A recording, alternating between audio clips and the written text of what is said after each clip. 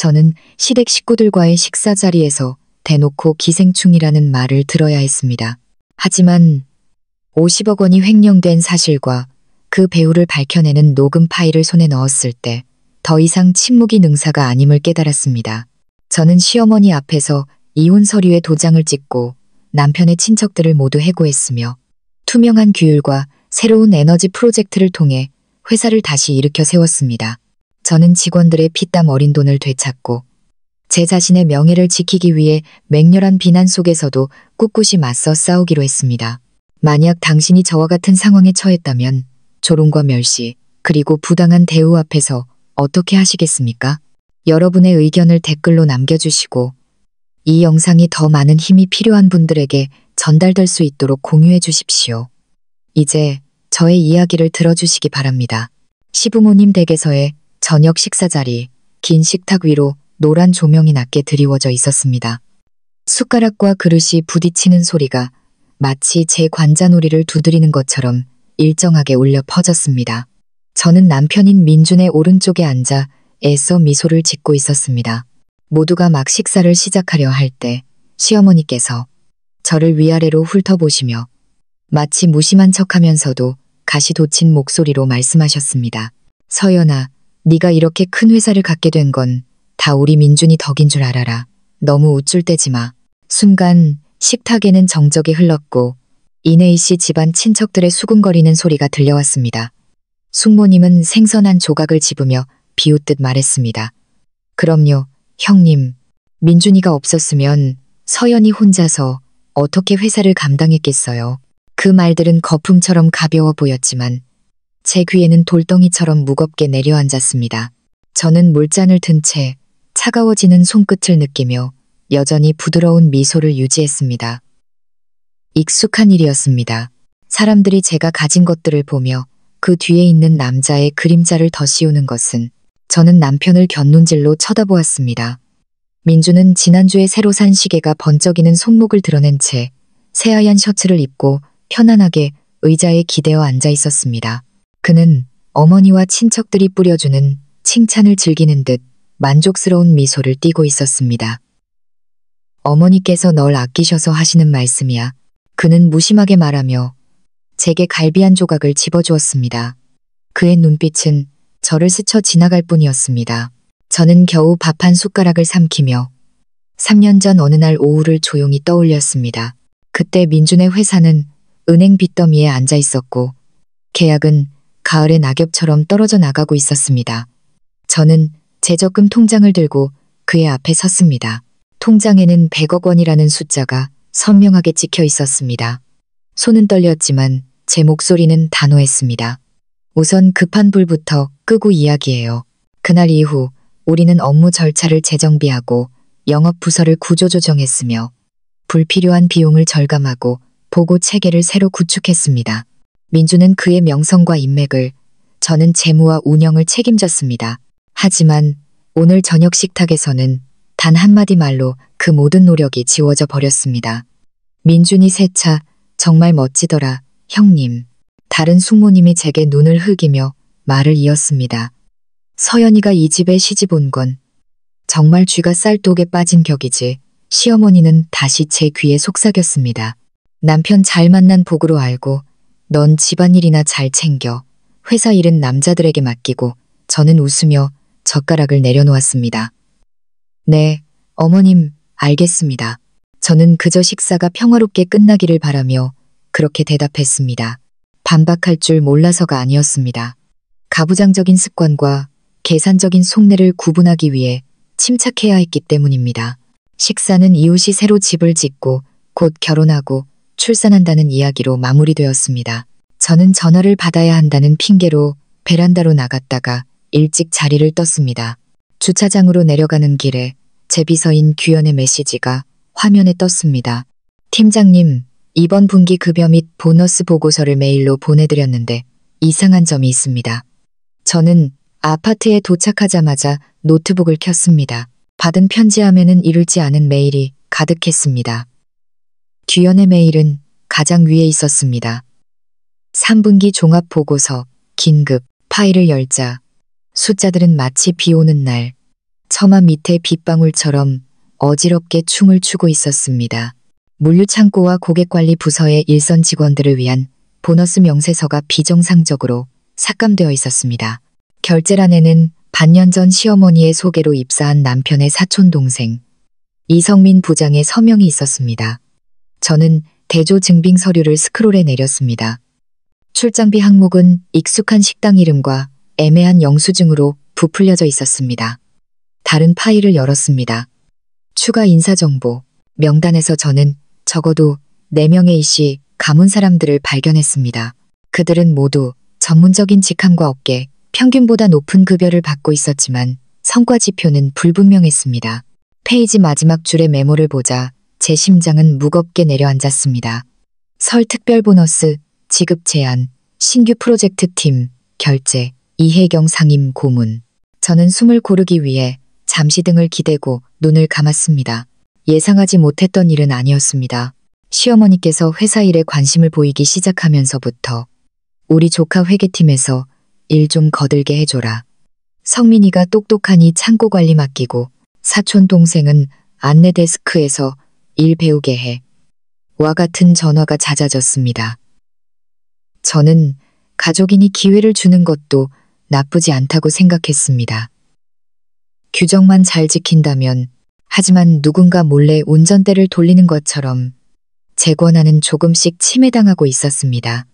저는 규현에게 전화를 걸었습니다. 계좌 이체 내역과 대조해서 다시 확인해 주세요. 분기 보너스를 우선적으로 처리하고 아직 민준 씨에게는 아무 말도 하지 마세요. 규현은 망설였습니다. 네, 알겠습니다. 그런데 드릴 말씀이 또 있습니다. 오늘 회계팀에서 창고 쪽 접대비 처리를 위한 새로운 영수증 묶음에 대해 이야기하는 것을 들었습니다. 들킬까봐 사진은 못 찍었습니다. 저는 의자 팔걸이를 꽉 쥐었습니다. 내일 아침 8시에 리스크 관리 회의를 소집하세요. 모든 부서장들을 참석시키고요. 지뢰 목록을 준비해서 오늘 밤 안으로 회의 소집 공지를 보내세요. 내용은 특별 내부 감사로 명시하고요. 전화를 끊고 저는 수첩을 펴서 몇 가지 사항들을 빠르게 메모했습니다.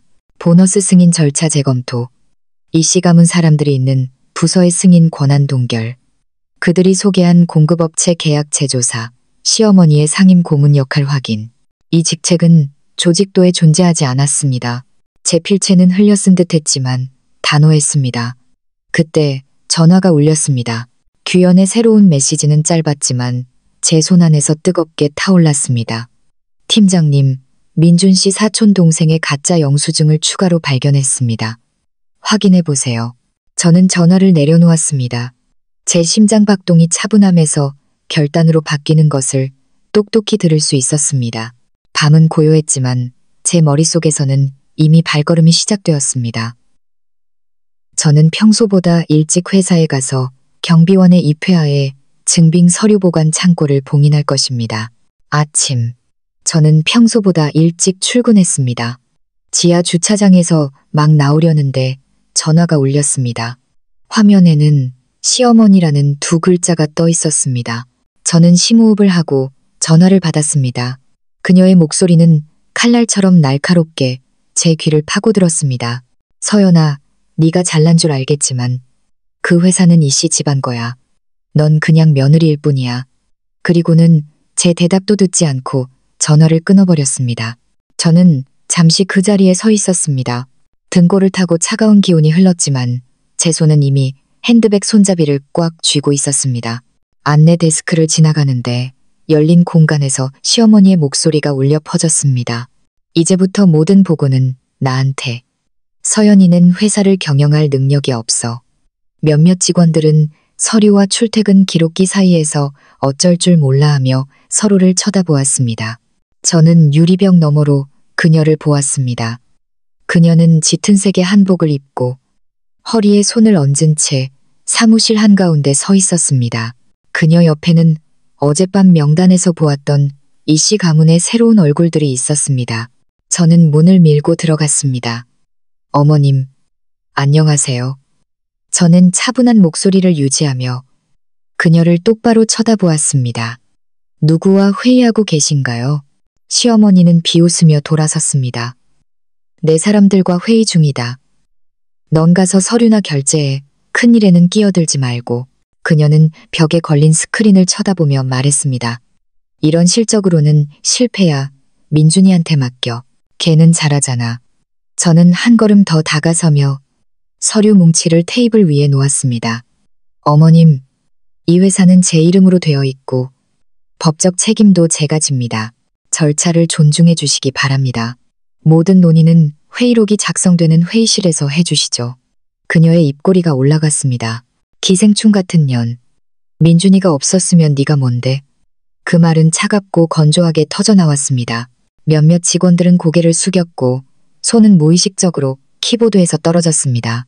귓가에 핏줄이 뛰는 소리가 들렸지만 제 목소리는 여전히 평온했습니다. 어머님, 저는 가족을 위해 여러 번 양보했습니다.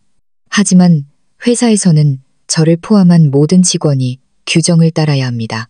어머님께서 직원들에게 지시하는 것을 즉시 멈춰주시기를 요청합니다. 저는 안내 데스크 직원을 보며 말했습니다. 3층으로 보안팀 좀 불러주세요. 그리고 관리팀을 향해 돌아섰습니다. 긴급회의를 기다리는 동안 최근 6개월간 인사 변동이 있었던 부서의 보너스 및 접대비 승인 권한을 잠정적으로 동결합니다. 규현 씨는요? 복도 끝에서 규현이 노트북을 든 채 달려왔습니다. 그녀의 눈에는 걱정이 서려 있었지만 흔들림은 없었습니다. 여기 있습니다, 팀장님. A 회의실을 준비하고 모든 부서장님들께 연락드렸습니다. 분기 보너스 대조표와 신규 공급업체 목록도 준비했습니다. 승인 기록도 포함해서요. 엘리베이터 문이 열리고 갓다린 셔츠를 입은 민준이 걸어 나왔습니다. 은은한 향수 냄새가 풍겼습니다. 그는 팽팽한 긴장감이 감도는 광경을 훑어본 후 어머니 곁으로 다가갔습니다. 어머니, 제가 말씀드렸잖아요. 회사에서 큰 소리 내지 마시라고요. 그리고는 제게 돌아서서 다정하면서도 낯선 목소리로 말했습니다. 여보, 너무 예민하게 굴지 마. 어머니는 다 회사를 위해서 그러시는 거야. 비용이나 보너스 같은 건 어머니랑 내가 알아서 할게. 당신 혼자 다 짊어지지 마. 힘들잖아. 저는 그의 눈을 똑바로 쳐다보며 한 가지 사실을 분명히 깨달았습니다. 그는 적어도 지금 이 순간만큼은 제 편이 아니었습니다. 저는 가볍게 고개를 끄덕였지만 제 말은 다른 방향으로 향했습니다. 정말 회사를 위한다면 지금 당장 저와 함께 내부 감사회의에 참석해 주세요. 모든 것은 데이터를 기반으로 할 겁니다. 저는 미리 표시해둔 서류 뭉치를 그에게 건넸습니다. 이것들이 비정상적인 지출 내역입니다. 먼저 검토해보세요. 그는 잠시 미간을 찌푸렸지만 서류를 열어보지는 않았습니다. 뭐든 적당히 해. 직원들 앞에서 어머니 망신 주지 말고.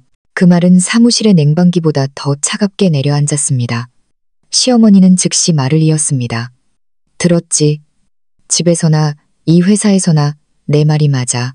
저는 증빙서류 보관 창고 옆에 서 있는 보안팀에게 신호를 보냈습니다. 제 목소리는 명확했습니다. 지금부터 증빙서류 보관 창고는 검사를 위해 잠정적으로 봉인합니다. 담당자와 감사팀 외에는 출입 기록을 남기고 출입할 수 있습니다. 그리고 직원들을 향해 말했습니다. 분기 보너스 승인과 관련된 모든 분들은 서면으로 경위서를 준비해 주시기 바랍니다. 분위기는 압축되었고 한두 번의 마른 기침 소리와 함께 키보드 소리가 느려졌습니다.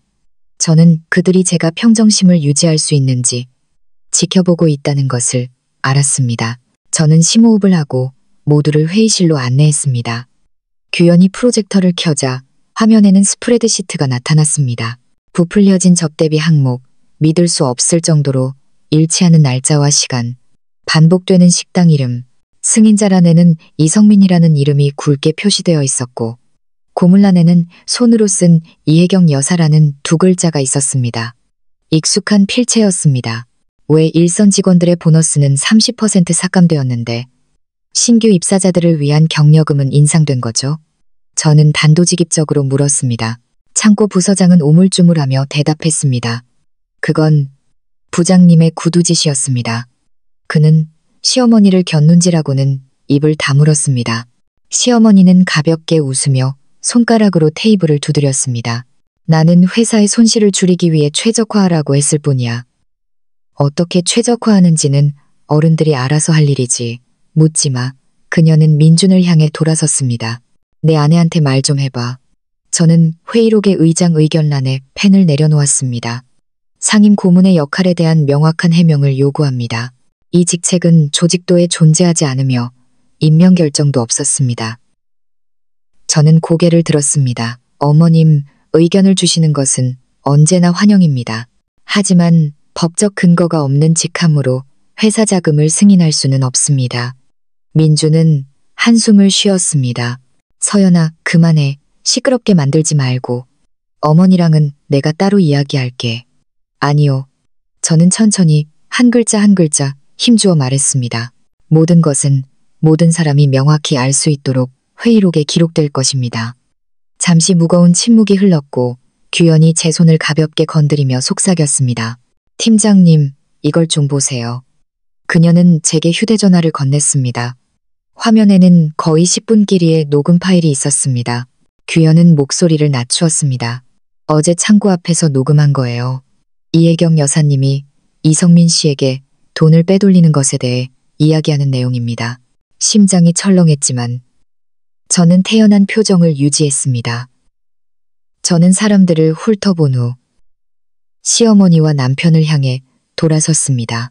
회의를 계속하기 전에 승인 절차와 관련된 내부 대화 내용을 잠시 들려드리겠습니다. 저는 휴대전화를 테이블 위에 내려놓았습니다. 첫 번째로 들려온 것은 타일 바닥 위를 걷는 하이힐 소리였고 그 뒤를 이어 익숙한 여성의 목소리가 또렷하게 들렸습니다. 깔끔하게 처리해. 우리 식구들 안 챙기면 누굴 챙겨? 서연이가 눈치채기 전에 한몫 챙기라고. 회의실은 몇 초간 숨막히는 침묵에 휩싸였습니다. 저는 고개를 들고 눈을 깜빡이지 않았습니다. 시어머니는 잠시 굳었고 민준의 얼굴색은 변했으며 손은 의자 등받이를 꽉 쥐었습니다. 저는 재생을 멈추고 똑바로 쳐다보았습니다. 이 녹음 파일은 뒷부분이 더 있습니다. 그리고 저는 화면 위에서 손가락을 멈춘 채 언제든지 다시 재생할 준비가 되어 있었습니다. 평온과 폭발의 경계에서 저는 제가 선택한 길이 명확해졌음을 느꼈습니다. 모든 것이 밝혀지거나 아니면 더 이상 모호함의 여지는 없을 것입니다. 규현은 제 옆에 서 있었습니다. 그녀의 숨소리는 가빴습니다. 팀장님, 녹음 파일 뒷부분이 더 있어요. 그녀가 아주 작게 속삭였습니다. 오전 회의는 승인 권한을 잠정적으로 중단하고 증빙 서류 보관 창고를 봉인하는 투표로 끝났습니다. 저는 녹음 파일을 저장하고 독립감사인과의 업무 계획을 세운 후 회의실을 나섰습니다. 유리문이 닫히자마자 엘리베이터 근처 책상에서 누군가 속삭이는 소리가 들렸습니다. 서연 팀장님은 민준 씨한테 기대는 것밖에 모르잖아. 어떻게 회사를 관리하겠어? 저는 잠시 멈춰서서 심호흡을 한 후 계속 걸어갔습니다. 소문은 증거가 필요 없는 것. 그저 곁눈질 한 번이면 충분했습니다. 오후에 저는 규현과 회사 근처 카페에서 만나기로 했습니다. 자리에 앉자마자 뒤쪽에 앉은 몇몇 직원들의 수군거리는 소리가 들렸습니다. 새로운 안내 데스크 직원의 익숙한 목소리였습니다. 오늘 아침에 있었던 일 나다 봤어. 서연 팀장님 시어머니 장난 아니더라. 회사가 시댁 소유인가 봐. 그러니까 저렇게 당당하지. 다른 사람이 작게 대답했습니다. 듣자 하니 서연 팀장님 남편 덕에 회사를 세웠다던데. 저는 얼음이 부딪히는 소리를 내는 물잔을 들었습니다. 마음이 무거워졌습니다. 진실이 서류 속에 고스란히 담겨 있어도 편견은 여전히 그 자리에 서서 비웃고 있었습니다. 어머니 병간호 때문에 퇴사했던 베테랑 직원인 화영 씨가 갑자기 문을 열고 들어왔습니다. 저를 보자 그녀는 잠시 멈칫하더니 망설이다가 다가왔습니다. 팀장님, 저는 고개를 끄덕였습니다. 그녀는 가방끈을 꽉 쥐고 목소리를 낮추었습니다. 지난번에 저희가 창고에서 그게 잘못된 일인 줄 알았지만 위에서 시킨 일이라고 해서 감히 말을 못했습니다. 더 일찍 말씀드리지 못해서 죄송합니다. 저는 그녀의 거친 손을 보며 목이 마르는 것을 느꼈습니다. 화영 씨 잘못이 아니에요. 이건 리더인 제 책임입니다. 화영 씨는 입술을 깨물었습니다. 저는 팀장님을 믿어요. 하지만 조심하셔야 해요. 사람들이 팀장님을 기생충이라고 말하고 다녀요. 저는 가볍게 웃었습니다. 기뻐서가 아니라 마음속에 어떤 평온함이 자리 잡았기 때문입니다. 머리를 단정하게 묶고 눈밑이 퀭한 규현이 도착했습니다. 그녀는 노트북을 열어 종합 파일을 제 쪽으로 밀었습니다. 다 모았습니다. 잠정적으로 50억 원의 가짜 영수증입니다. 4개월에 걸쳐 접대비, 긴급 운송비, 프로젝트 경력금 항목으로 분산되어 있습니다. 결제란에는 이성민의 서명이 반복되고 일부 영수증에는 고문이라는 글씨가 추가되어 있습니다. 그녀는 고개를 들고 확신에 찬 목소리로 말했습니다. 감사팀과 변호사에게 넘기기에 충분합니다. 저는 고개를 끄덕였습니다. 등골이 더 꼿꼿해지는 것을 느꼈습니다. 50억 원은 단순한 숫자가 아니었습니다. 누가 금고에 손을 댔는지 명확하게 보여주는 거울이었습니다. 저는 독립감사사무소에 짧은 전화를 걸어 가장 빠른 날짜로 업무 일정을 잡았습니다. 그리고 민준에게 메시지를 보냈습니다. 저녁에 이야기 좀 해요. 너무 예민하게 굴지 마. 라는 세 글자가 차갑게 떠올랐습니다. 저는 한동안 화면을 쳐다보았습니다. 갑자기 복도에서 들었던 속삭임이 다시 떠올랐습니다. 서현 팀장님은 민준 씨한테 기대. 소문이 칼이라면 남편의 무관심은 바로 그 칼자루였습니다. 조용한 아파트에 도착했습니다. 민준이 들어와 신발을 벗고 열쇠를 던지고 마치 온 세상에 지친 사람처럼 소파에 앉았습니다. 저는 차를 건네며 물었습니다. 어머니와 당신 친척들이 회사에서 무슨 짓을 했는지 알고 있었나요? 그는 미간을 찌푸렸습니다. 또 그 소리야? 좀스럽게 굴지 마. 어머니는 그냥 도와주려고 하신 거야. 가족이 일하는 게 남보다 낫잖아. 직원들 보너스를 깎고 가짜 영수증을 합법화하는 방식으로 돕는다고요? 저는 단도직입적으로 평온한 목소리로 물었습니다. 그는 씁쓸하게 웃었습니다. 세상에 회사 일에 구석 없는 곳이 어디 있어. 그렇게 하나하나 따지면 누가 일할 수 있겠어? 당신 지금 우리 집을 전쟁터로 만들고 있어. 전쟁터가 될지 말지는 당신이 어디에 서느냐에 달려 있어요. 저는 대답했습니다. 저는 당신이 서류를 검토하고 위반자들을 정직시키는 결정에 함께 서명해 주기를 바랍니다. 감사를 위해서요. 그는 찻잔을 내려놓으며 목소리를 낮추었습니다. 나는 어머니 얼굴에 먹칠하는 어떤 것에도 서명하지 않을 거야. 알겠어? 방이 갑자기 비좁게 느껴졌습니다. 지난 몇 년간 저는 아마도 이 사실을 직시하지 않으려고 했던 것 같습니다. 그는 항상 체면을 선택했습니다. 저는 가방을 열어 서류 뭉치를 꺼내 테이블 위에 올려놓았습니다. 그렇다면 내일 이사회 앞에서 저 혼자 서명하겠습니다. 그는 얼굴을 찌푸렸습니다. 지금 나 협박하는 거야? 저는 작게 말했습니다. 저는 회사를 보호하고 있는 거예요. 민주는 침실 쪽으로 걸어가며 고개를 저었습니다. 그의 전화가 선반 위에서 울렸습니다. 알림이 떴습니다. 잠금 화면에는 란이라고 짧게 저장된 이름으로부터 온 메시지 내용이 나타났습니다. 오빠, 안 와? 저번처럼 방 잡아놨어. 회장님은 데려오지 말고. 심장이 쿵하고 내려앉았다가 이내 잠잠해졌습니다. 저는 화면을 터치했습니다. 호텔 체크인 내역, 은밀한 약속들, 수많은 대화가 나타났습니다. 방구석이 기울어지는 것 같았습니다. 저는 아주 작지만 분명하게 말하는 제 자신을 들었습니다. 그랬구나. 이게 진실이었구나. 화면에서 란의 말줄임표가 다시 깜빡였습니다. 내일 회사로 갈게. 어머님이 일자리 알아봐 주신다고 했어. 저는 고개를 들었습니다. 제 안에 어떤 문이 닫혔습니다. 그리고 저는 내일 돈 문제뿐만 아니라 속이 텅 비어버린 결혼 생활 전체와 마주해야 한다는 것을 알았습니다. 초여름의 아침, 햇살이 법원 계단에 얇은 기름종이처럼 깔려 있었습니다.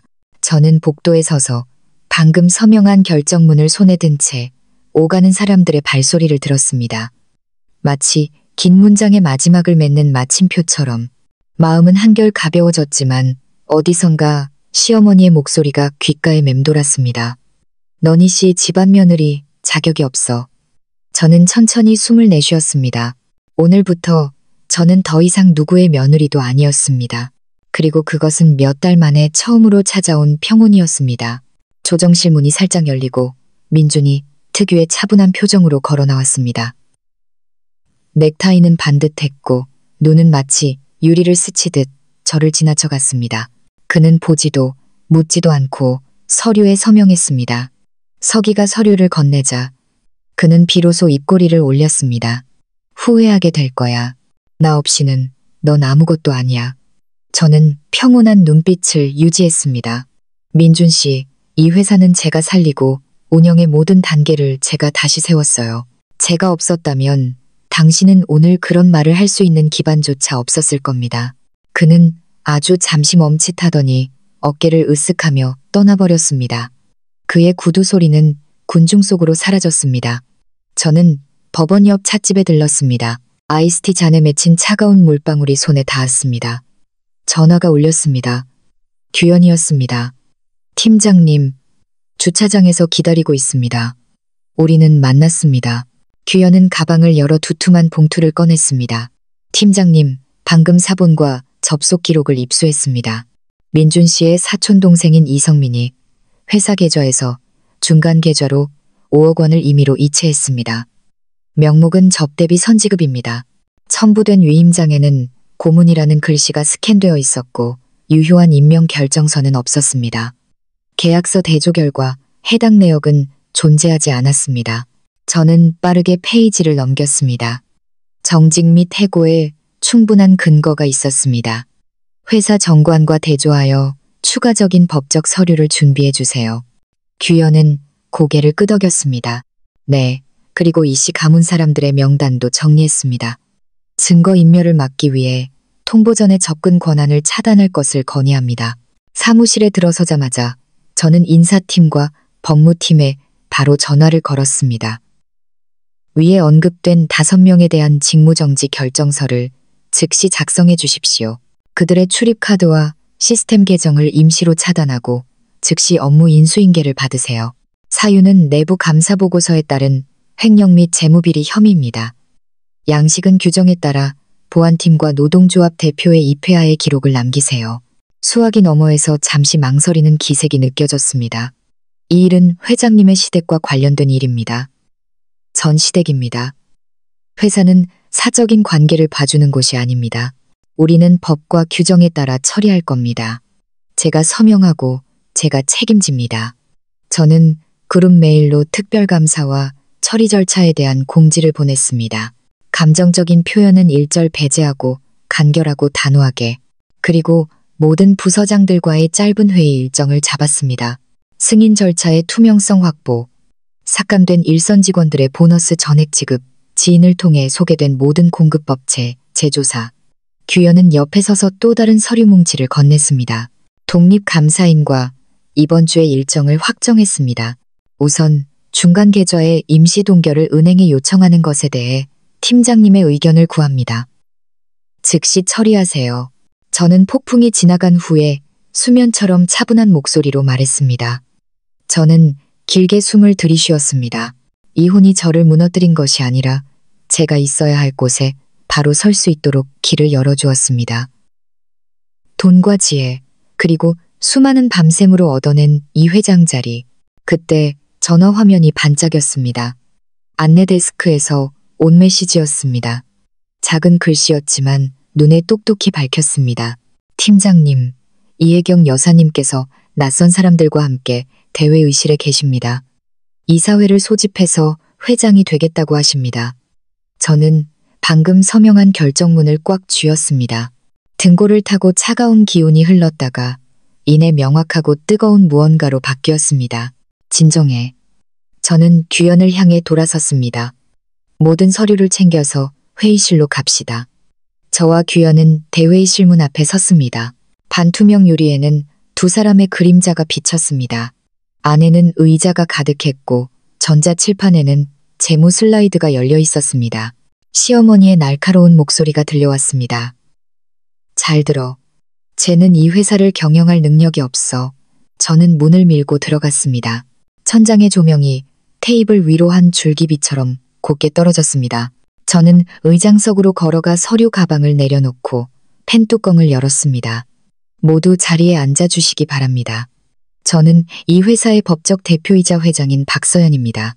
오늘 아침에 공지된 일정에 따라 이 회의는 내부 감사 결과와 처리 방안을 발표하기 위해 소집되었습니다. 저는 한번 훑어보았습니다.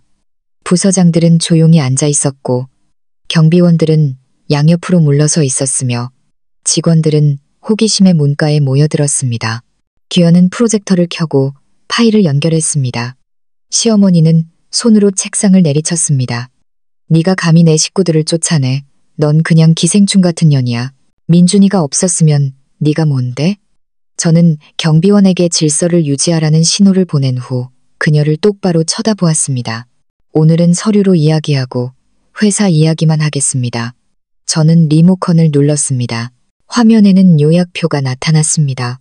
4개월에 걸쳐 분산된 50억 원 상당의 가짜 영수증 내역, 접대비, 긴급 운송비, 프로젝트 경력금 항목, 이성민의 결제 서명, 그리고 손으로 쓴 고문이라는 글씨.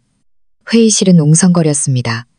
어떤 이는 고개를 들었고 어떤 이는 안도의 한숨을 내쉬며 고개를 숙였습니다. 시어머니는 더 큰 소리로 외쳤습니다. 아무도 저 여자 말 듣지 마. 다들 일어나서 나를 따라와. 그녀는 명령하듯 손가락으로 원을 그렸습니다.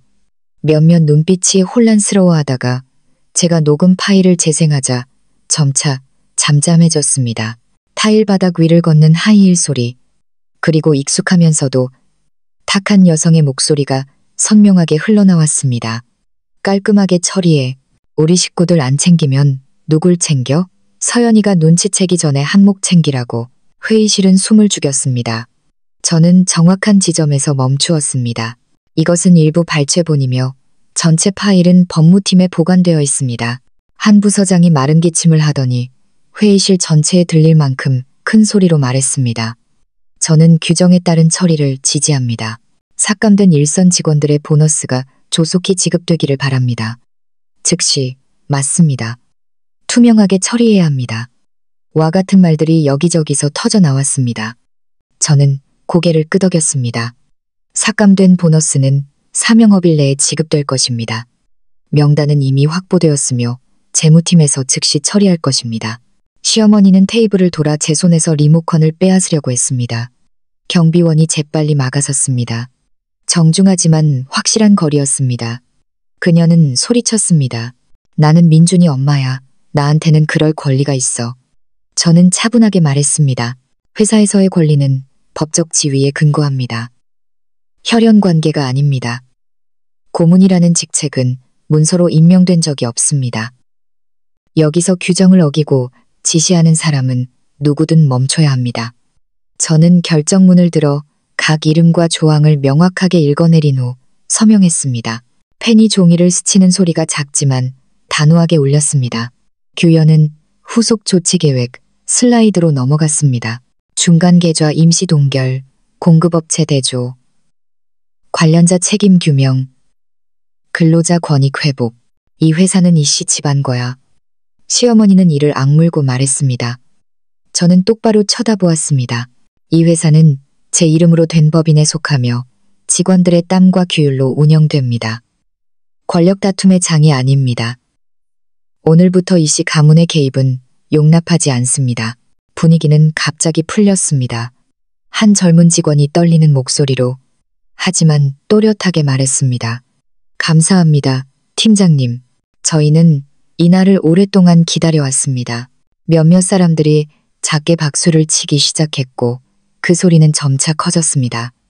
요란하지는 않았지만 제자리로 돌아온 심장 박동처럼 규칙적인 박수였습니다.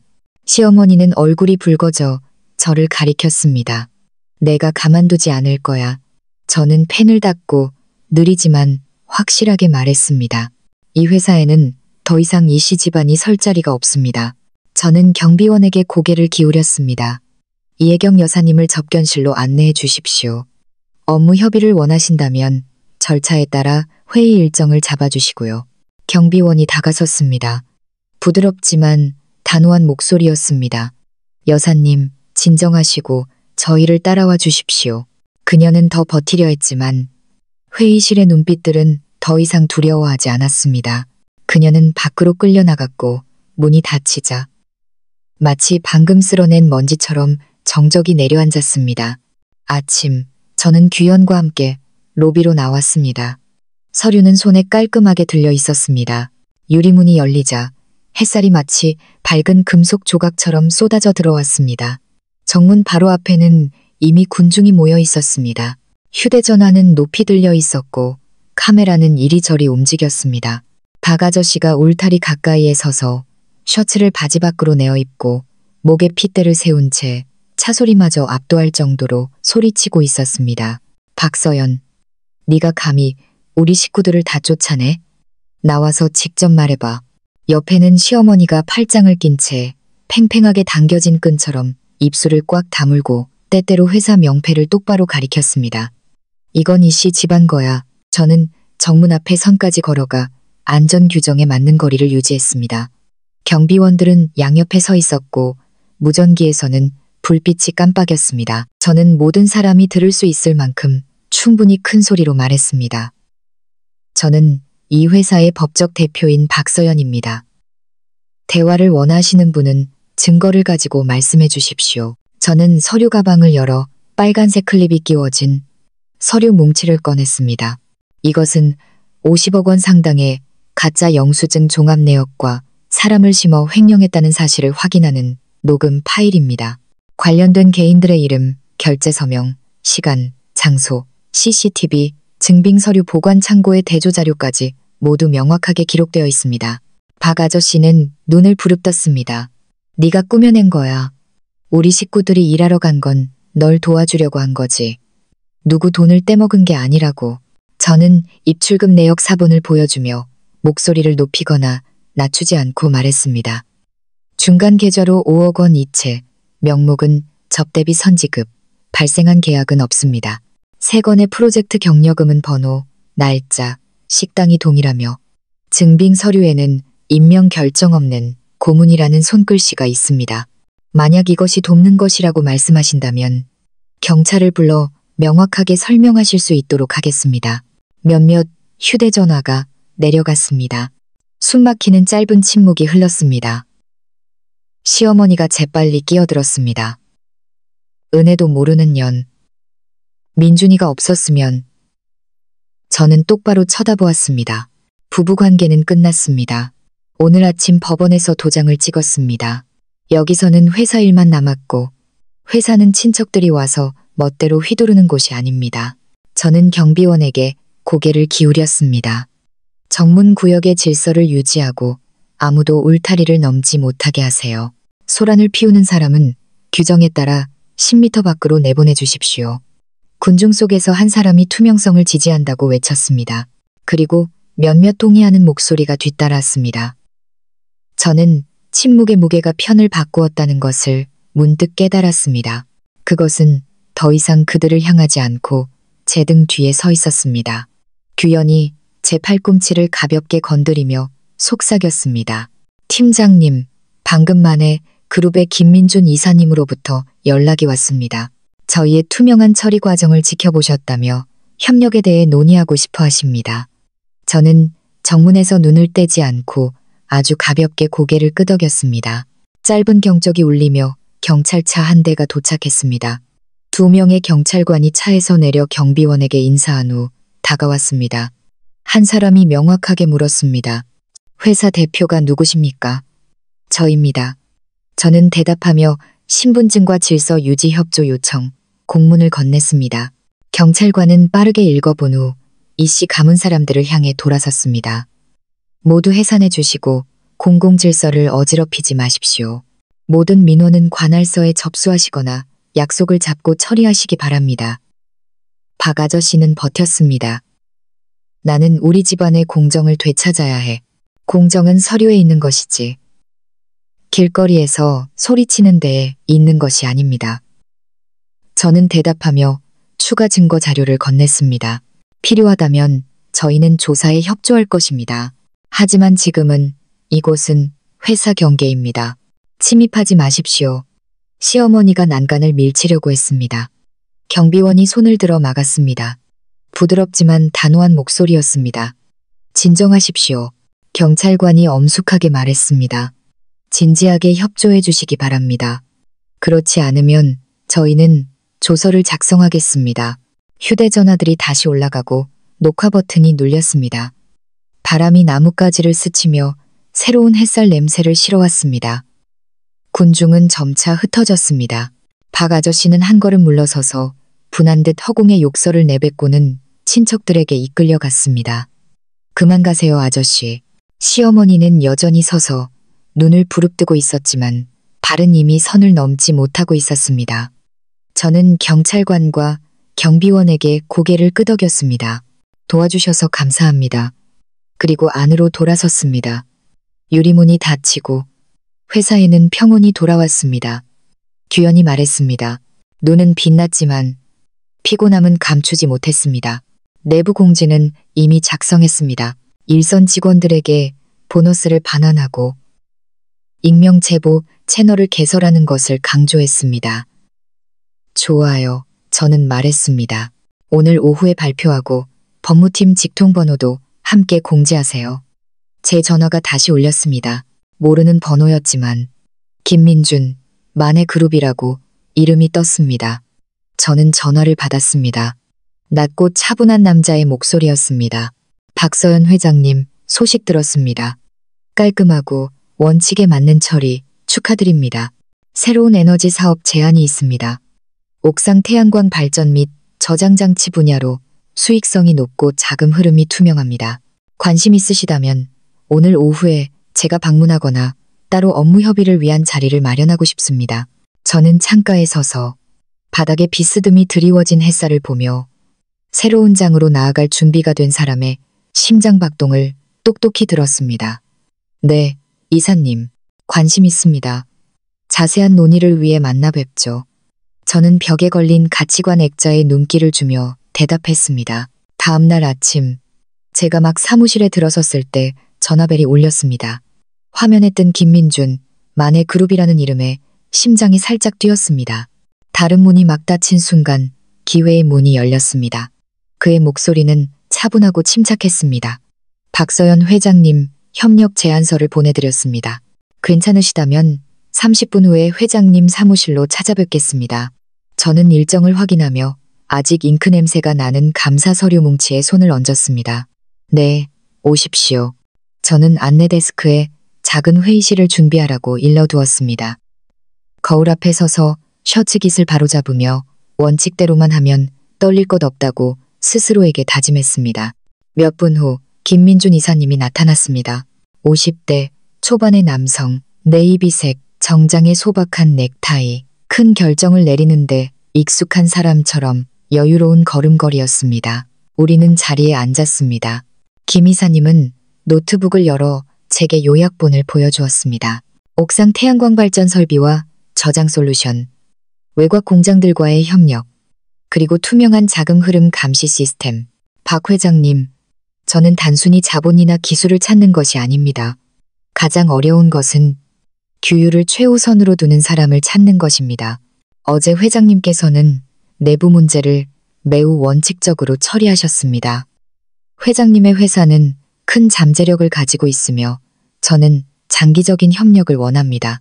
저희는 에너지 프로젝트를 위한 자본과 법적 기반을 제공하고 회장님 측에서는 실행, 운영, 그리고 리스크 관리 시스템을 담당해 주시는 겁니다. 저는 빠르게 지표들을 읽어내려갔습니다. 제가 가장 중요하게 생각하는 것은 투명한 메커니즘과 유효한 서류 외에는 어떤 고문도 없다는 점이었습니다. 저는 똑바로 쳐다보며 말했습니다. 그는 미소를 지었습니다. 그것이 바로 제가 원하는 바이기도 합니다. 동의하신다면 다음 주에 실무그룹을 구성하죠. 문을 가볍게 두드리는 소리가 났습니다. 규현이 차를 들고 들어와 문을 닫고는 제 곁으로 다가와 속삭였습니다. 회장님, 이씨 가문 사람들이 익명 게시판에 회장님이 회사를 이용해 사익을 챙기고 자리를 차지하기 위해 사람들을 내쫓았다는 소문을 퍼뜨리고 있습니다. 일부 직원들이 동요하고 있습니다. 그 말들은 작은 돌멩이처럼 떨어졌지만 치우지 않으면 하수구를 막을 것입니다. 저는 고개를 끄덕이며 김 이사님께 양해를 구했습니다. 이사님, 잠시 10분만 기다려 주시겠습니까? 그는 손을 들며 태연하게 말했습니다. 괜찮습니다. 내부 문제를 처리하십시오. 저는 압박 속에서 일하는 사람을 보는 것을 좋아합니다. 저는 사내 채널을 통해 전사회의를 소집하고 열린 공간에 모이라고 공지했습니다. 직원들 앞에 서서 저는 느리고 충분히 큰 목소리로 말했습니다. 지난 며칠간 제가 회사를 이용해 사적인 이익을 취했다는 소문이 돌았습니다. 저는 데이터로 대답하겠습니다. 첫째, 삭감된 보너스는 3일 내에 전액 지급될 것입니다. 명단은 정보 게시판에 공개됩니다. 둘째, 감사 서류는 독립기관에 이관되었습니다. 모든 비용 승인 내역은 직원 대표단에게 열람이 허용됩니다. 셋째, 부당한 증빙 처리를 강요받은 사람은 누구든 익명 채널로 신고해 주십시오. 직원을 위협하는 사람은 법에 따라 처리될 것입니다. 저는 잠시 말을 멈추고 각 좌석을 둘러보았습니다. 이 회사는 제 가족의 것입니다. 맞습니다.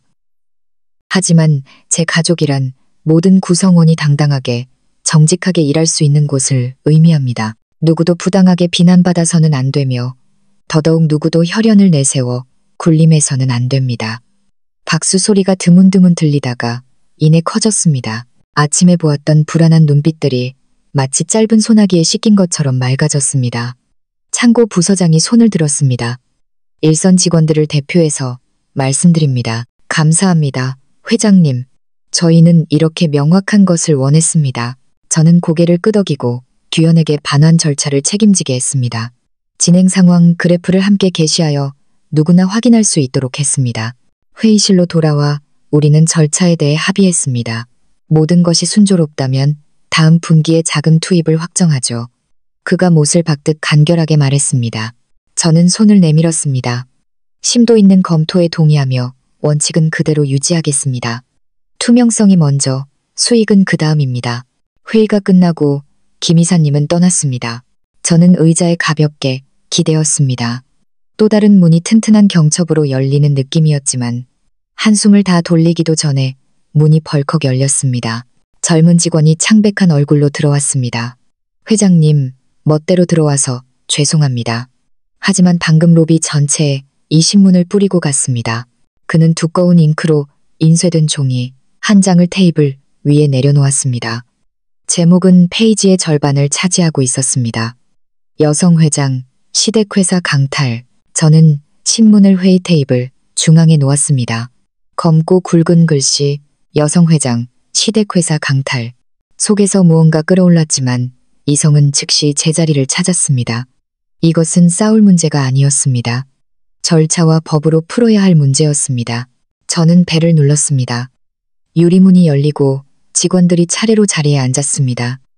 호기심과 걱정이 뒤섞인 눈빛들이었습니다. 저는 화면 앞에 똑바로 섰습니다. 저는 데이터로 대답하겠습니다. 첫 번째 슬라이드가 켜졌습니다. 4개월에 걸쳐 분산된 50억 원 횡령 종합 내역, 접대비, 긴급 운송비, 프로젝트 경력금 항목, 은행 입출금 내역 및 시스템 접속 기록 대조. 저는 각 항목을 가리켰습니다. 이것은 날짜, 식당, 일련 번호가 동일한 가짜 영수증입니다. 이것은 임명 결정 없는 고문이라는 손글씨입니다. 이것은 증빙서류 보관 창고의 CCTV 영상입니다. 그리고 저는 녹음 파일을 재생했습니다. 탁하지만 선명한 여성의 목소리 깔끔하게 처리해 우리 식구들 안 챙기면 누굴 챙겨? 서연이가 눈치채기 전에 한몫 챙겨. 회의실은 숨막히는 침묵에 휩싸였습니다. 그리고 박수 소리가 드문드문 터져나와 이내 따뜻한 물결을 이루었습니다. 저는 말을 이었습니다. 신문 기사는 소문이고 이것은 증거입니다. 모든 서류는 증거 보존 절차에 따라 포장되었으며 수사기관에 이관될 준비가 되었습니다. 저는 똑바로 쳐다보았습니다. 이 회사는 제 가족의 것입니다. 즉, 땀과 원칙으로 일하는 사람들의 것입니다. 누구도 부당하게 비난받아서는 안 되며 더더욱 누구도 혈연을 내세워 굴림해서는 안 됩니다.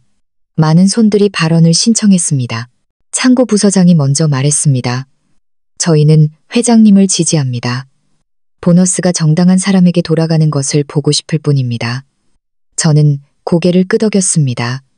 3일, 규현 씨, 매시간 진행 상황을 업데이트해 주세요. 규현이 두꺼운 서류 뭉치를 안고 일어섰습니다. 회장님, 법무팀에서 이 씨 가문 개인들에 대한 재산 횡령 혐의로 민사소송장을 작성했습니다. 필요시 수사기관의 사건을 이첩하는 방안도 포함되어 있습니다. 소장에는 증인 명단, 전자증거, 봉인기록, 은행 확인서가 포함되어 있습니다. 그녀는 빠르게 목차를 펼쳤고 저는 각 페이지를 훑어보았습니다. 즉시 제출하세요. 저는 말했습니다. 동시에 언론사의 법정 기한 내에 기사를 정정하고 삭제할 것을 요구하는 공문을 보내세요. 명예훼손에 대한 법적 조치를 경고하는 내용도 첨부하고요. 홍보팀은 짧은 보도자료를 준비하세요. 사실관계만 명확히 기술하고 선동적인 표현은 절대 사용하지 마세요. 제 전화가 울렸습니다. 김민준, 마네그룹. 저는 창가로 자리를 옮겼습니다. 그의 목소리는 낮고 단단했습니다. 신문 기사 읽었습니다. 제 법무팀에서 회장님 측 서류를 검토했는데 매우 체계적이더군요. 다음 주에 예정대로 프레임워크 계약을 체결하는 것이 맞는지 확인하고 싶습니다. 소문은 문 밖에 두고 자금 흐름과 법이 나머지를 말해줄 겁니다. 저는 목이 마르지 않는 것을 느끼며 대답했습니다. 믿어주셔서 감사합니다, 이사님. 그는 가볍게 웃었습니다. 저는 회장님께서 규율을 믿는다는 점에서 회장님을 믿습니다. 다시 뵙겠습니다. 저는 자리로 돌아와 마치 좁은 다리를 막 건너온 듯한 팀원들을 바라보았습니다. 이제부터 인터넷에서 논쟁하지 마세요. 공격받는 사람은 법무팀에 바로 전달하세요. 우리는 우리 할 일을 제대로 하면 됩니다. 몇몇 가볍지만 진심 어린 미소가 터져나왔습니다. 저는 마지막으로 여러 문서에 결제하며 페니 종이에 닿는 소리가 마치 빗장을 거는 소리처럼 단호하게 들렸습니다. 전화가 다시 울렸습니다. 화면에는 시어머니라고 떴습니다. 저는 몇 초간 쳐다보다가 전화를 받았습니다. 수화기 너머에서는 가쁜 숨소리가 들렸습니다. 그녀의 목소리는 더 이상 회의실에서처럼 날카롭지 않았습니다. 서연아, 잠시 말을 잇지 못하다가 이내 터져나왔습니다. 네가 우리 집안을 고소해? 내가 너 가만두지 않을 거야. 저는 손을 테이블 위에 올려놓고 말이 튕겨나가지 않도록 했습니다. 여사님, 저는 천천히 말했습니다. 오늘부터 우리 이야기는 법정에서 합니다. 저는 법대로 할 겁니다. 잘못한 사람이 책임져야죠. 반대편에서는 숨소리가 마치 팽팽한 줄처럼 날카롭게 이어지다가 이내 끊겼습니다. 저는 어두워진 화면을 보며 제 심장이 더 이상 분노로 뛰지 않는다는 것을 똑똑히 들었습니다. 그것은 더 명확한 무언가를 위에 뛰고 있었습니다. 제가 모든 소음 대신 붙잡기로 선택한 정의, 그리고 저는 그 위협 뒤에 폭풍이 다시 몰아칠 것이라는 것을 알았습니다. 하지만 이번에는 배를 묶을 닻이 있었습니다. 오후, 안내 데스크 직원이 허둥지둥 뛰어 올라왔습니다. 회장님, 이혜경 여사님께서 공단 정문 앞에서 울고불고 난리입니다. 친척들까지 다 데리고 와서 엄청 시끄러워요. 저는 자리에서 일어나 심호흡을 하고 서류 가방을 챙겨 빠르게 로비로 나갔습니다. 저녁 햇살이 아스팔트 위에 짙은 노란색으로 쏟아져 내리고 있었습니다. 멀리서부터 울음 섞인 하소연과 자동차 경적 소리가 들려왔습니다. 서연이가 이씨 집안을 고소해서 우리를 막다른 길로 몰아넣으려고 해. 행인들의 휴대전화는 높이 들려 있었고 렌즈는 번쩍였습니다. 노란 선을 넘어 저는 안전거리를 유지하며 멈춰 섰습니다. 시어머니는 콘크리트 계단에 주저앉아 머리는 헝클어지고 꽃무늬 옷은 구겨졌으며 두 눈은 빨갛게 충혈되어 있었습니다. 그녀 옆에는 친척들이 줄지어 서 있었습니다. 모두가 마치 늦으면 관객을 잃을까봐 두려운 사람처럼 큰 소리로 외쳤습니다. 여러분, 보세요. 시어머니는 저를 똑바로 가리키며 소리쳤습니다. 제 며느리가 은혜도 모르고 시댁을 고소해서 우리 집 회사를 빼앗으려고 해요. 가슴 속에서 뜨거운 것이 치밀어 올랐지만 저는 한 번의 호흡으로 그것을 억눌렀습니다. 저는 이 회사의 법적 대표인 박서연입니다. 저는 충분히 울리는 목소리로 말했습니다. 모든 것은 증거의 근거에서 이야기합시다. 시어머니는 더 크게 울기 시작했고 마치 유리문에 녹아들렸는 듯 정문 쪽으로 기어갔습니다. 네가 꾸며낸 거야. 네가 글 좀 안다고 우리 집안을 모함하는 거야. 그녀는 갑자기 달려들어 난간을 밀치려고 했습니다. 경비원이 바짝 다가섰고 팔은 부드럽지만 단단한 벽처럼 펼쳐졌습니다. 진정하시고 노란 선 밖으로 물러나 주십시오. 보안팀장이 여전히 정중한 목소리로 말했습니다. 뒤쪽에서 박 아저씨도 고함을 질렀습니다. 문 열어. 우리가 들어가서 공정을 되찾을 거야. 저는 고개를 저었습니다. 공정은 법정에 있고 여기는 회사입니다. 업무 약속이 없는 분은 출입을 삼가 주십시오. 저는 경비원에게 단호하게 경찰서에 지원을 요청하라고 지시했습니다. 그리고 친척들을 마주했습니다. 이혜경 여사님은 제가 기생충이라고 말씀하셨습니다. 그럼 대답해 보시죠. 50억 원은 어디로 갔습니까? 왜 일선 직원들의 보너스는 삭감되고 가족들을 위한 프로젝트 격려금은 인상되었습니까? 왜 임명 결정 없는 고문이라는 손글씨 위임장이 있습니까? 아무도 대답하지 않았습니다. 그저 회피하는 눈빛과 가방끈을 꽉 쥔 손가락들 뿐이었습니다. 행인들은 더 모여들었습니다. 호기심 많은 사람은 카메라를 바짝 들이댔고 어떤 사람은 멀리서 고개를 저으며 한숨을 쉬었고 퇴근하는 공장 직원들은 모여서 수군거렸습니다. 저는 잠시의 혼란도 소문이 날개를 달기에 충분하다는 것을 알았기에 단호하게 말했습니다. 못을 박듯 한 글자 한 글자. 저는 직원들에게 돈을 돌려주기 위해 고소한 것이지 누구를 비방하기 위한 것이 아닙니다. 만약 억울하다고 생각하는 분이 있다면 법정에서 저를 만나 주십시오. 그녀는 다시 정문으로 달려들려고 했고 경비원이 막아섰습니다. 그녀의 발걸음은 마치 보이지 않는 유리에 부딪힌 것처럼 노란 선 앞에서 멈췄습니다. 친척들은 소리치며 가세했지만 몇몇 눈빛에는 망설임이 서려 있었습니다. 저는 그 틈을 타 직원들에게 보너스를 반환하겠다는 내부 공지문을 높이 들었습니다. 제 서명과 선명한 붉은 인장, 그리고 사명업일 내라는 기한. 군중 속 몇몇 사람들이 서로를 보며 작게 고개를 끄덕였습니다. 한 공장 직원이 속삭이는 소리를 들었습니다. 오늘 식당에 새로운 이야깃거리가 생겼겠네. 그리고 작게 웃었습니다. 조용한 지지는 언제나 함성보다 더 오래갑니다. 마침내 경찰이 처리 방안을 낭독한 후 친척들은 흩어지기 시작했습니다. 시어머니는 햇볕 아래 서서 울면서도 저를 가리켰습니다. 두고 봐. 민준이가 너 가만두지 않을 거야. 그 말은 막 잠잠해지려던 공기를 갈랐습니다. 저는 깜빡이지도 화내지도 않고 똑바로 쳐다보았습니다. 그저 조용한 결심의 덩어리가 흘러내려 시멘트처럼 굳어질 뿐이었습니다. 저는 관계 당국에 감사 인사를 하고 경비팀에게 고개를 끄덕인 후 로비로 돌아섰습니다.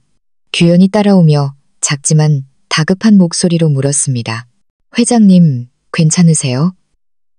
괜찮아, 저는 말했습니다. 말싸움하지 않고 법으로 일 처리할 거야, 네. 규현은 정문을 바라보며 목소리를 낮추었습니다.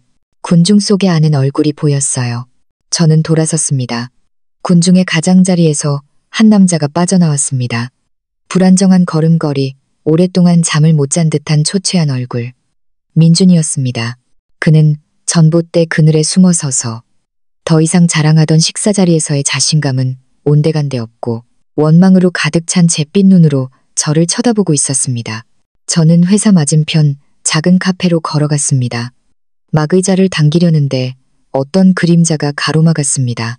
민준이었습니다. 그의 셔츠는 구겨져 있었고 눈은 퀭했으며 목소리는 마치 열병을 앓고 난 사람처럼 쉬어 있었습니다. 서연아, 너 우리 집안을 막다른 길로 몰아넣고 기분이 좋아. 저는 물잔을 내려놓고 한숨보다 더 길게 그를 쳐다보았습니다.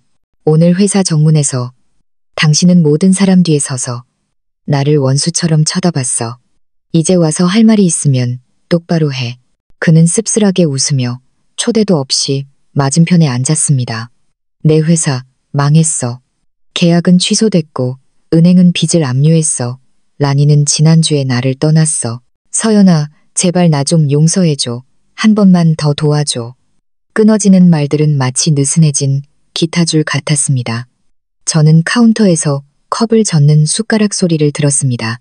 작고 동그란 소리들이 카페 바닥에 떨어졌습니다. 민준 씨, 저는 천천히 말했습니다. 3년 전 당신 회사를 구하기 위해 돈을 보낸 사람이 누구였지? 모든 계약서를 다시 검토하고 새로운 절차를 만든 사람이 누구였지? 그때 당신은 나를 구세주라고 불렀는데 오늘은 나를 기생충이라고 불렀어. 내가 어떤 말을 믿어야 할까? 그는 고개를 숙이고 손가락으로 나무 테이블의 가장자리를 쓸었습니다. 내가 잘못했어. 어머니는 성격이 급하시고 나도 성급했어. 우리 가족 모두 체면을 잃을까봐 두려웠어. 제발 소송은 취하해줘. 나한테 살기를 열어줘. 저는 고개를 저었습니다. 법은 모든 것을 제자리로 돌려놓을 유일한 살길이야. 일선 직원들의 돈은 그들에게 돌아가야 해. 횡령한 사람들은 돌려주고 책임을 져야 해. 정 때문에 소송을 취하하는 일은 없어. 민주는 몸을 앞으로 숙였습니다. 서연아, 내가 잘못했어. 내가 인정할게. 나한테 기회를 줘. 내가 내 편에 설게. 저는 똑바로 쳐다보았습니다. 당신은 내 편에 설 필요 없어. 당신은 그저 진실의 편에 서면 돼. 하지만 당신이 할 수 있는 건 너무 늦었어. 서류는 이미 제출됐고 법원에서 각자 부를 거야. 그럼 나는? 그는 더듬거렸습니다. 나는 세상 사람들 눈에 어떻게 비칠까? 세상은 월급을 주지 않아. 저는 대답했습니다. 회사가 월급을 주고 법은 공정을 되찾아줄 뿐이야. 그는 벌떡 일어났습니다.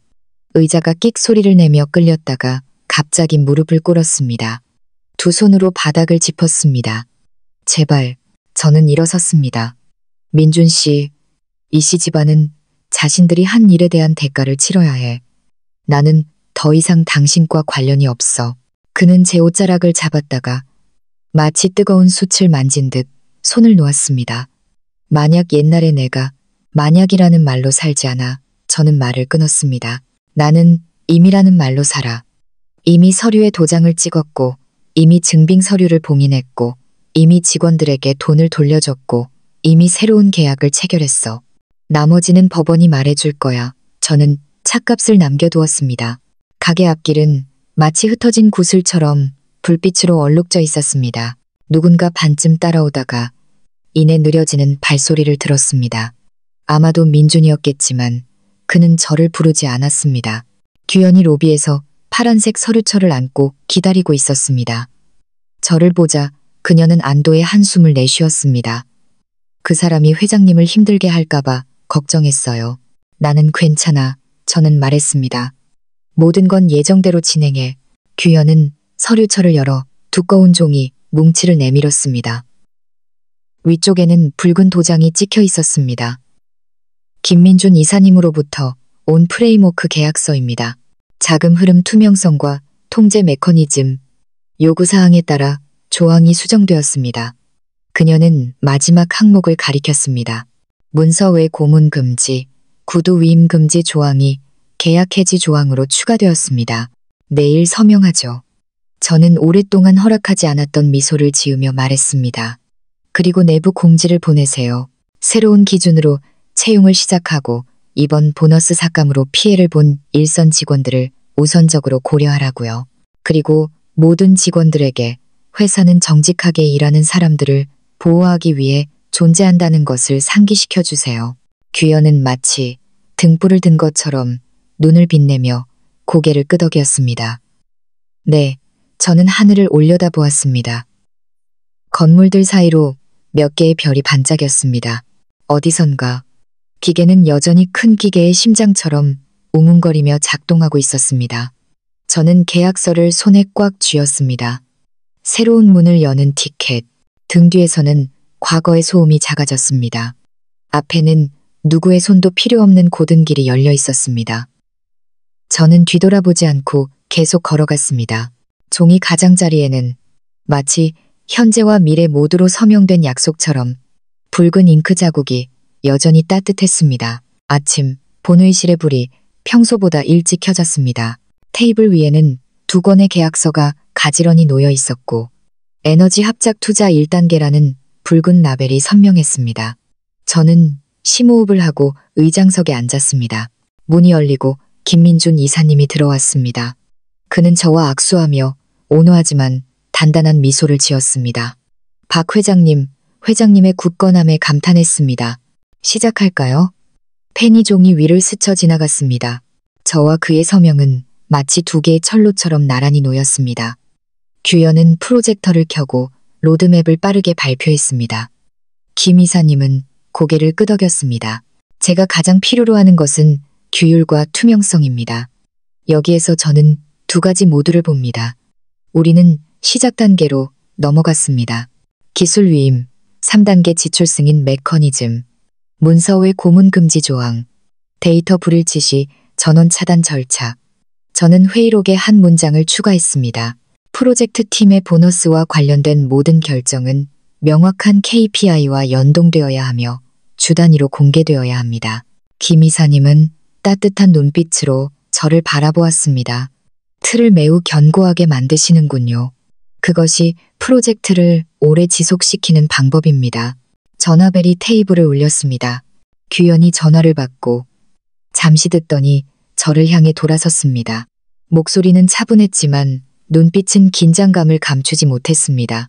회장님, 법원에서 방금 1심 판결이 나왔습니다. 이씨 가문 개인들은 우리 회사에 50억 원을 반환해야 합니다. 기한 내에 이행하지 않으면 재산이 강제 집행될 것입니다. 법원 또한 우리의 증거가 유효하며 증거 보존 절차가 규정에 맞게 이루어졌다고 인정했습니다. 순간 방이 한 뼘 더 밝아진 것 같았습니다. 저는 고개를 끄덕였습니다. 법원이 제 기능을 다해 주어서 감사합니다. 법무팀은 즉시 강제 집행 서류를 준비해 주십시오. 전화를 채 내려놓기도 전에 다른 전화가 걸려왔습니다. 화면에는 시어머니라고 떴습니다. 모두 잠시 망설였습니다. 저는 전화를 받았습니다. 여보세요. 수화기 저편에서는 그녀의 지치고 쉰 목소리가 들려왔습니다. 서연아, 소송 좀 취하해주면 안 될까? 우리 집 너무 힘들어. 지난 일은 잊어주렴. 저는 평온한 목소리를 유지했습니다. 여사님, 이미 말씀드렸습니다. 법정에서 생긴 일은 법정에서 해결해야 합니다. 잘못한 사람이 책임져야죠. 저는 직원들의 권익을 짓밟고 넘어갈 수 없습니다. 반대편은 침묵했고 긴 한숨 소리만 들려왔습니다.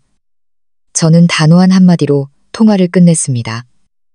법은 제가 선택한 유일한 직선입니다. 점심, 강제 집행 이메일이 법무팀의 발신함에서 떠났습니다. 오후, 에너지팀은 첫 번째로 측정된 옥상 사진들을 보내왔습니다. 생산량 대시보드에는 출발선을 알리는 0이라는 숫자가 나타났습니다. 저는 때때로 일의 아름다움이 이런 순조로움에 있다는 것을 문득 생각했습니다. 숫자, 절차, 책임, 모든 것이 톱니바퀴처럼 맞아떨어지는 것. 주간 일정을 다시 확인하던 중 김 이사님으로부터 메시지를 받았습니다. 프로젝트 인력 충원이 완료되었습니다. 자료를 체계적으로 정리해 주셔서 감사합니다. 이렇게 꼼꼼하게 하는 곳은 드뭅니다. 저는 짧게 답했습니다. 정직하게 일하는 사람들을 보호하는 유일한 방법입니다. 늦은 오후, 사내 홍보팀에서 소식지를 발행했습니다. 법원의 보너스 반환 판결. 받았습니다. 감사합니다. 이제 숨통이 트이네요와 같은 무겁지 않지만 진심 어린 댓글들이 연이어 올라왔습니다. 규현이 들어와 일일 보고서를 건넸습니다. 프로젝트 시작 KPI, 언론사에 보낸 보도자료, 해당 언론사로부터 정정 요구를 수용했다는 회신. 저는 결제하며 펜이 종이에 닿는 소리가 마치 세워놓은 문틀에 빗장을 하나 더 거는 소리처럼 들렸습니다. 저녁, 저는 12층 난간에 기대어 별자리 지도처럼 불 켜진 도시를 바라보았습니다. 오후 늦게 들었던 시어머니와 민준이 집을 잃고 떠돌고 있다는 소식은 더 이상 저를 동요시키지 않았습니다. 그것은 마치 길고 지친 문장 위에 제자리에 찍힌 마침표 같았습니다. 저는 심호흡을 하며 지난 몇 년간 찾아 헤맸던 것을 명확하게 느꼈습니다. 두려움으로부터의 자유, 기생충이라는 수군거림으로부터의 자유. 지나가던 직원이 멈춰서서 인사했습니다. 젊은 엔지니어 한 명이 머리를 극적이며 말했습니다. 회장님, 저희들 사이에서 회장님 별명이 강철 서연이에요. 저는 웃음을 터뜨렸습니다. 옛날에는 나를 기생충 서연이라고 부르는 사람도 있었는데 모두가 와 하고 소리를 질렀습니다. 장난스러우면서도 존경심이 담긴 눈빛이었습니다. 저는 그들에게 일찍 퇴근하라고 말했습니다. 내일은 검수도 해야 하니까. 엘리베이터 문이 닫히고 사무실에는 고요함이 남았습니다. 진심 어린 존중은 언제나 바람처럼 가볍지만 돛을 멀리 밀어낼 만큼 충분한 힘을 가집니다. 규현이 무전기를 들고 발코니로 나왔습니다. 회장님, 내부 재무 보고서 방금 마감했습니다. 일선 직원들의 보너스 기금은 전액 지급되었고 미해결 민원은 영건입니다. 그녀는 잠시 말을 멈추고 조용히 말했습니다. 그리고 이 시 집안 소식은 제가 확인해 봤습니다. 민준 씨는 임시로 원룸에 살고 있고 이혜경 여사님은 낮에는 폐지를 줍고 밤에는 낡은 시장의 벤치에서 주무신다고 합니다. 친척들은 비 때문에 흩어졌고요. 저는 고개를 끄덕였습니다. 눈은 지평선의 빗줄기에서 떼지 않았습니다. 규현 씨, 어떤 빚은 돈으로만 갚을 수 있지만 어떤 빚은 자신을 돌아보는 날들로 갚아야 해. 나는 통쾌하지도 동정하지도 않아. 그들은 스스로의 선택으로 그곳까지 간 거야. 그녀는 입술을 깨물었습니다. 이해합니다. 그냥 혹시라도 누가 찾아와서 행패를 부릴까봐 회장님께서 놀라지 않으시도록 미리 알려드리는 겁니다. 절차대로 처리해, 저는 말했습니다. 회사 문은 정직한 노동자들을 위한 곳이야. 사무실 안에서 전화기가 깜빡였습니다. 저는 수화기를 들었습니다. 사내 홍보팀에서 소식지를 읽어주었습니다. 에너지 프로젝트, 주간 생산량 목표 달성, 2차 엔지니어 채용, 안전교육 개설, 표준 인수인계를 완료한 창고팀 표창. 저는 각 항목을 검토하고 짧은 문장 하나를 추가했습니다. 우리는 운이 아니라 규율로 이깁니다. 전송 버튼을 누르자 마치 벽에 벽돌한 장을 가지런히 덧쌓은 것처럼 가벼워졌습니다. 밖에서는 가로등에 부딪혀야만 보일 정도로 얇은 이슬비가 내리기 시작했습니다. 저는 지나온 길을 생각했습니다. 조롱으로 가득했던 가족 식사, 회사 정문 앞에 노란 선을 그었던 가짜 영수증들, 팽팽한 긴장감이 감돌던 회의들, 카페 한가운데서 무릎 꿇고 빌던 소리, 각 장면에는 고유의 냄새가 있었습니다. 맵고 신 국물 냄새, 새종이 냄새, 길거리 먼지 냄새, 볶은 원두 냄새, 그리고 이제 그 모든 것이 맑고 투명한 단 하나의 냄새로 남았습니다. 정의는 큰 소리로 외치지 않았습니다. 그것은 우체국 소인의 규칙적인 박자, 제자리에 찍힌 붉은 도장, 월말의 직원의 계좌에 찍히는 숫자로 찾아왔습니다. 전화가 가볍게 울렸습니다. 새로운 이메일이었습니다. 도시기업가 컨퍼런스 조직위원회, 중소기업의 투명 경영 연사 초청. 저는 미소를 지으며 읽었습니다. 아래에는 예정된 일정, 연사 명단, 주제의 틀이 있었습니다. 내부 통제, 기업 윤리, 리스크 관리. 한때는 상처였던 단어들이 이제는 갑옷이 되었습니다. 수락하세요, 회장님. 규현이 등 뒤에서 활기찬 목소리로 말했습니다. 회장님께는 진짜 이야기가 있잖아요. 사람들이 들을 거예요. 물론이죠. 저는 대답하며 회신 페이지를 열었습니다. 기꺼이 참석하겠습니다. 그리고 마치 과거에 제 자신에게 보내는 편지처럼 한 줄을 덧붙였습니다. 제가 나눌 수 있는 것은 규율과 선함을 믿으라는 것입니다. 선함은 약하지 않습니다. 그것이 바로 서기 위해서는 강철 같은 틀이 필요합니다. 아래의 도시는 수천 개의 창문으로 눈을 깜빡였습니다. 저는 난간을 가볍게 쥐었습니다. 의지하기 위해서가 아니라 감사하기 위해서. 내일부터 팀들은 새로운 공장 옥상으로 흩어질 것입니다. 급여 명세서에는 꿈에도 생각지 못했던 숫자들이 찍힐 것입니다. 그리고 저를 기생충이라고 불렀던 말들은 한 시대의 낡은 메아리로만 남을 것입니다. 저는 불을 하나씩 끄고 바닥에 적당한 빈만 남겨두었습니다. 서류 더미가 정리된 테이블 위 컨퍼런스 발표문을 위한 빈자리가 남아 있었습니다. 저는 수첩을 펴고 첫 페이지에 썼습니다. 우리는 공정을 구걸하지 않는다. 우리는 공정을 세운다. 밖에서는 이슬비가 여전히 비단처럼 얇게 날리고 있었습니다. 저는 유리문을 닫았습니다.